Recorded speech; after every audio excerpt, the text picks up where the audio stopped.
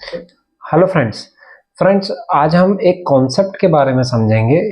High sales growth किससे आ रही है? सेल्स ग्रोथ मतलब वॉल्यूम ग्रोथ आ रही है या वैल्यू ग्रोथ? तो दो कंपनी के रिजल्ट्स आए हैं क्वार्टर थ्री के, वो दोनों का मैं एग्जांपल भी लूंगा। दोनों कंपनी के एग्जांपल के साथ मैं आपको बताऊंगा कि हमारे लिए क्या ज़्यादा बेनिफिशियल हो सकता है और हमको कैसे देखना है कि ऑपरेटिंग लिवरेज आ रहा है तो उसके पीछे का सार क्या है, मतलब समरी क्या है, ऑपरेटिंग लिवरेज हमको कहाँ से मिल रही है। तो ये आपको पूरा कॉन्सेप्ट क्लियर होगा। तो फ्रेंड्स, वीडियो स्टार्ट करने से पहले मैं आपको बताता हूँ कि please don't take it as a buy और सेल रिकमेंडेशन। मैं दो कंपनी का एग्जांपल लूंगा, तो इसको कोई भी तरह का बाय सेल रिकमेंडेशन ना ले। This video is only for educational purpose. तो फ्रेंड्स, देखते हैं, सीधा स्टार्ट करते हैं। सबसे पहले इंडिया मार्ट इंटरमेश लिमिटेड। तो इंडिया मार्ट बेसिकली करती क्या है? ये एक B2B प्लेटफॉर्म बिजनेस है और इसका सिंपल सा बिजनेस मॉडल है। मतलब देखो कि जैसे एक प्लेटफॉर्म बिजनेस है, इंटरनेट इसकी वेबसाइट है, इसका ऐप है, और जितने भी सप्लायर्स हैं, मतलब जो भी सप्लायर्स हैं, जैसे इसकी वेबसाइट में और आप ऐप में देखोगे एक सुई से लेके बड़े बड़े क्रेन तक बिकते हैं। मतलब जो बड़े बड़े इक्विपमेंट्स हो फैक्ट्री के, वो सब बिकते हैं और ज्यादातर ये B2B में ही फोकस करता है। तो आप देखना कि मतलब अलग अलग इसके प्लान है, जैसे कि गोल्ड प्लान, सिल्वर, ब्रॉन्ज।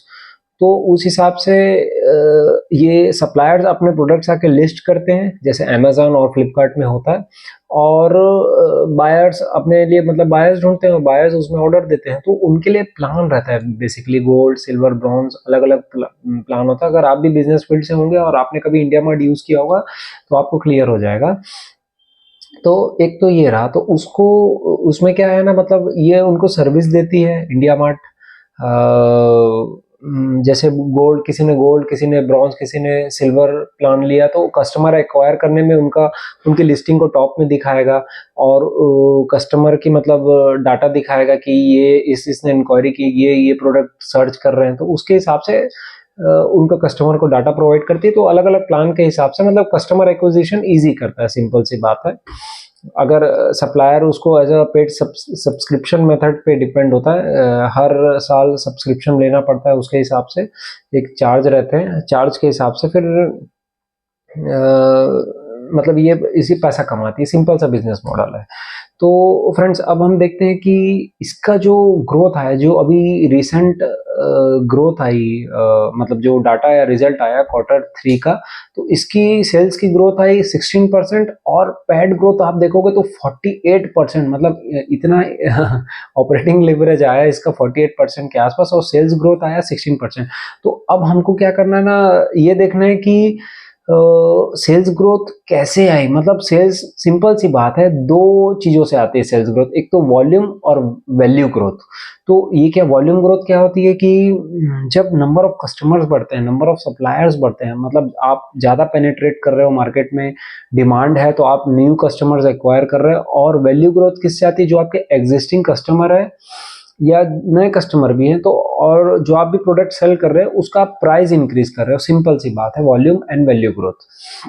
तो इसका क्या हुआ, इसका वॉल्यूम ग्रोथ ओनली 1% आया इंडिया मार्ट का। मतलब ये क्या दिख रहा है हमको कि डिमांड ही नहीं है, न्यू कस्टमर्स एक्वायर ही नहीं कर पा रहा है, न्यू सप्लायर्स, या फिर ये बोल सकते हो जो पुराने कस्टमर्स हैं, जो पुराने जो सब्सक्रिप्शन लेके बैठे हैं, उन्होंने रिन्यू नहीं कराया। अल्टीमेटली वॉल्यूम ग्रोथ फ्लैट ही रहा।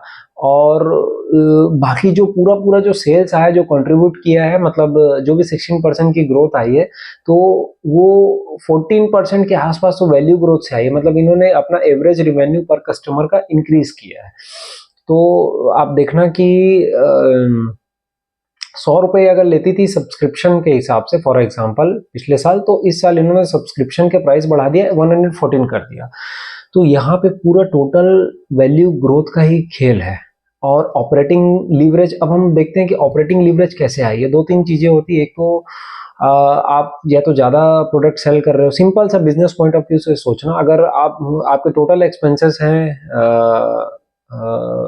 100 रुपए के हैं और आप टोटल प्रोडक्ट्स बेच रहे हो 120 रुपीज के, और अगर अगले साल आपके एक्सपेंसेस उतने ही है, मतलब वही मैन पावर में, वही बिजली के खर्चे, वही इलेक्ट्रिसिटी, वही ऑफिस सब में, और आप 10 रुपए के ज्यादा प्रोडक्ट्स बेच रहे हो, तो आपका 130 अगर रेवेन्यू होता है, तो आपका 30 रुपीज क्या हो जाता है, प्रॉफिट। तो एक तो ज़्यादा प्रोडक्ट्स बेचने से ऑपरेटिंग लीवरेज आती है, या फिर वैल्यू बढ़ जाती है। जो आप प्रोडक्ट्स बेच रहे हो, जैसे मैंने बताया, उसका आप प्राइस इंक्रीज करते हो तो उससे आता है।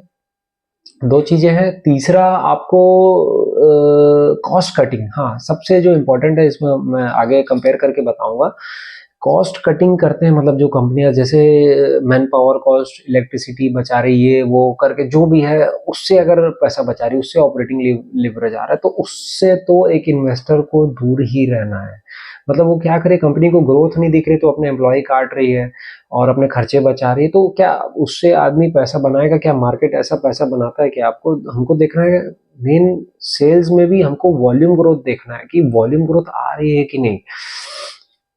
और जितनी जहाँ भी, मतलब जैसे फॉर एग्जांपल, मतलब बायर सेल रिकमेंडेशन नहीं है। जैसे आप दूसरे देखोगे, जोमेटो का लॉस उसने बुक किया, लेकिन उसकी वॉल्यूम ग्रोथ बहुत आई। जो एफ&ओ ऑर्डर्स है बहुत तेजी से ग्रो रहे हैं। एमसीएक्स के भी बहुत तेजी से ट्रांजैक्शंस बढ़ रहे हैं, मतलब एवरेज रेवेन्यू भी बढ़ रहा है, प्लस नंबर ऑफ वो भी बढ़ रहे हैं जो डेली ट्रेड कर रहे हैं।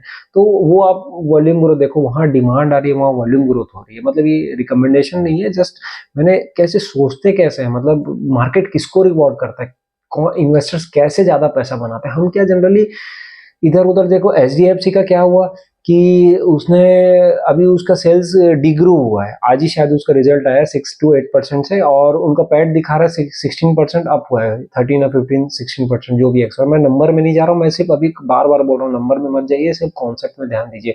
और एचडीएफसी ब्लू चिप बोल के वो क्या पैसा तक बना के दिया इन्वेस्टर को, आप बताओ मेरे को। तो वहाँ ग्रोथ ही नहीं है, वो इतना ज्यादा पेनिट्रेट हो चुका है, अब वो आगे एक्सपेंड ही नहीं कर पा रहे, तो कहाँ से मार्केट उसको रिवॉर्ड करेगा। मतलब ये वैल्यू इन्वेस्टर का सबसे बड़ा मिथ है कि हमको बने रहना है ब्लू चिप में बना रहना है। हमको ग्रोथ में फोकस करना है फ्रेंड्स। ठीक है, अब इसकी बात मैं बता रहा था आपको, वापस आते हैं हम इंडिया मार्ट में। तो कस्टमर, अब देखो कस्टमर क्या होगा कि एक हद तक ये, जैसे इसने प्राइस बढ़ाया अपना, इंडिया मार्ट ने 14% से वैल्यू ग्रोथ हुआ। फिर मेरे जो इसमें इनके हिसाब से दिख रहा है कि इन्होंने एक्सपेंसेस में भी कमी की है। मतलब अगर डिमांड होती और कस्टमर और ये एक्वायर करने के हिसाब से मतलब वहाँ ताकत लगाते, तो और एम्प्लॉयज बढ़ते, एक्सपेंसेस बढ़ता, जो भी खर्चा करते, एडवर्टीजमेंट, ब्रांडिंग, वो सब खर्चा दिखा ही नहीं हमको इस बार की जो भी इनका डाटा आया है, पीपीटी आया है। और तो ऑपरेटिंग लिवरेज मिला है, बॉटम लाइन बढ़ी है, 48% से बढ़ी है। तो सीधा सीधा यही दर्शा रहा है, तो वैल्यू ग्रोथ हुई है और इन्होंने एक्सपेंसेस कट किया है। तो एक सिनारियो ये है, ठीक है। मतलब जैसे मैंने एक डाटा इनका देखा, कस्टमर एक्विजिशन जो पहले 20-22% के ऊपर रहता था, अभी 11% कस्टमर एक्विजिशन कॉस्ट कर दिया। मतलब सीधा सीधा दिख रहा है, आप ब्रांडिंग में और एम्प्लॉय में फोकस ही नहीं कर रहे हो, आप एम्प्लॉयज बढ़ा ही नहीं रहे हो, क्योंकि आपको डिमांड ही नहीं दिख रही है। तो एक ये हो गया, ये ऑपरेटिंग लिवरेज बहुत खतरनाक होता है बिजनेस के, क्योंकि कब तक आप पैसा काटोगे, मुझे बताओ। आप कब तक अपने, मतलब एम्प्लॉयज को कट करोगे या रिड्यूस करोगे, या जो भी है, आप कब तक बचते रहोगे आप इन्फ्लेशन से या जिससे भी। दूसरा होता है कि आप या तो प्राइस बढ़ाते जाओगे, प्राइस भी कब तक बढ़ाओगे? क्या दुनिया में दूसरे प्लेटफॉर्म बिजनेस नहीं आएंगे? क्या कंपटीशन का जमाना है, तो आदमी का कस्टमर तो आज 2 मिनट लगता है दूसरे जगह स्विच करने में। तो हमको ये कॉमन सेंस, ये बिजनेस ऑफ पॉइंट, ये लॉजिक लगा के देखना हमको, इस मतलब ऐसे एनालाइज करना है बिजनेस उसको। अब मैं दूसरे केस में आता हूँ, मनोरमा इंडस्ट्रीज में, दोनों का कंपेयर कराऊंगा तो आपको और क्लियर होगा। अब हम देखते हैं मनोरमा इंडस्ट्रीज। तो मनोरमा इंडस्ट्रीज का डिटेल मैंने वीडियो बनाया था, इसका बिजनेस मॉडल क्या है उसका डिस्क्रिप्शन में मैं डाल दूंगा उसका लिंक। अभी पहले आप कॉन्सेप्ट में ध्यान देते हैं अपन। कोको बटर इक्विवेलेंट बनाती है, जो कोको कोको प्लांट्स का सब्सटीट्यूट है, मतलब जो चॉकलेट वगैरह में यूज होता है, मैं लास्ट टाइम बताया था। और अभी एफएससीआई जो भी है इंडिया की जो फूड इन जो गवर्नेंस है, उसने अभी लिमिट भी बढ़ा दी कि कोकोआ बटर इक्विवेलेंट को अपन बढ़ा सकते हैं चॉकलेट वगैरह में। चॉकलेट की डिमांड भी है, ग्रोथ भी है, वो सब लास्ट वीडियो में हमने बात किया था। तो तेजी से डिमांड है, उसको डिमांड को फुलफिल करने के लिए कंपनी ने कैपेक्स किया था, नया फ्रैक्शनेशन प्लांट डाला था। फ्रैक्शनेशन प्लांट में ये होता है कि कोको बटर जो ये ट्रीज और प्लांट से जो भी निकलते हैं, उसको ये कोको बटर इक्विवेलेंट में, मतलब वो एक प्रोसेस होता है उस प्लांट के अंदर होता है, सिंपल सा, उसी को अपन फ्रैक्शनेशन प्लांट बोलते हैं। वापस हम कॉन्सेप्ट में आते हैं, हाई सेल्स ग्रोथ।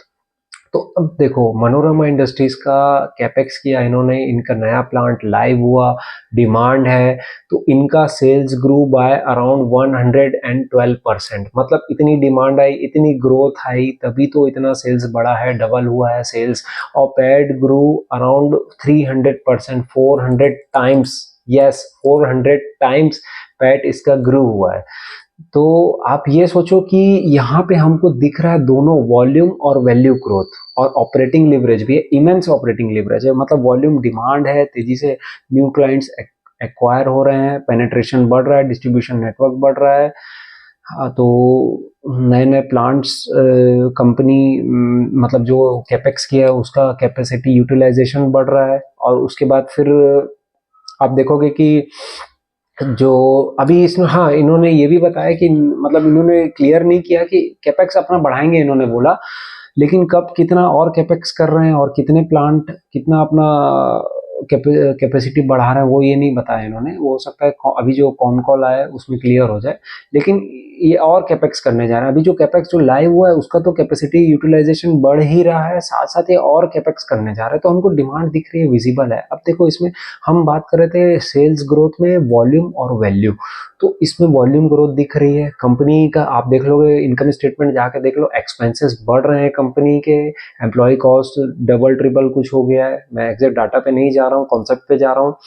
तो बढ़ गया है, तो मतलब कंपनी को डिमांड दिख रही है, वो पैसा खर्चा कर रही है, ग्रोथ है कंपनी में। और आप अब आप देखोगे इसका डेट भी है, डेट टू इक्विटी अराउंड 1 के आसपास है। तो हाँ, कंपनी डेट ली है क्योंकि उसको दिख रहा है उतना डिमांड है, उसको फिलफिल करना है मार्केट को। और अगर डेट नहीं लेगी तो कैसे करेगी? दो ही तरीके, या तो इक्विटी QIP करेगी इक्विटी से, या तो डेट से। तो हर समय डेट खराब नहीं होती, ये भी एक कॉन्सेप्ट है, इसके बारे में हम डिटेल में बात करेंगे। अभी हम जैसे, सॉरी मैं बार बार आपको दूसरे जगह शिफ्ट कर दे रहा हूँ, अभी हम सेल्स ग्रोथ पे ही रहते हैं, डेट टू इक्विटी पे हम नेक्स्ट वीडियो में बात कर लेंगे। तो सेल्स ग्रोथ का फंडा हमको वॉल्यूम ग्रोथ पे फोकस करना है, वैल्यू कितना ही एक एक जैसे हमने डिस्कस किया कि कितने हद तक वैल्यू ग्रोथ जाएगा। और दूसरा, ऑपरेटिंग लीवरेज मिली है, क्यों? क्योंकि कैपेसिटी यूटिलाइजेशन हुआ है, कैपेक्स लाइव हुआ है, और पैसा बचा बचा के सेव सेव करके नहीं हुआ है उससे, है ना? तो ये था। तो फ्रेंड्स, तो ये दोनों का कंपैरिजन है, सिंपल सिंपल। तो अब आप खुद ही, आपको जज करना है कि आप किस में जाओ, सेल्स ग्रोथ, वॉल्यूम ग्रोथ में, या वैल्यू ग्रोथ में, या लीवरेज में जाओ। या मतलब ऑपरेटिंग लीवरेज हो रही है तो किसके, एम्प्लॉय कॉस्ट बचने से हो रही है, या फिर कैपेसिटी बढ़ रही है और एम्प्लॉय कॉस्ट बढ़ने के बाद भी इतने प्रोडक्ट सेल हो रहे हैं कि लीवरेज आ रही है अपने को। तो फ्रेंड्स, ये था एक छोटा सा कंपैरिजन दोनों में। और वीडियो पसंद आया तो प्लीज़ शेयर ज़रूर कीजिएगा। मिलते हैं नेक्स्ट वीडियो में। जय हिंद।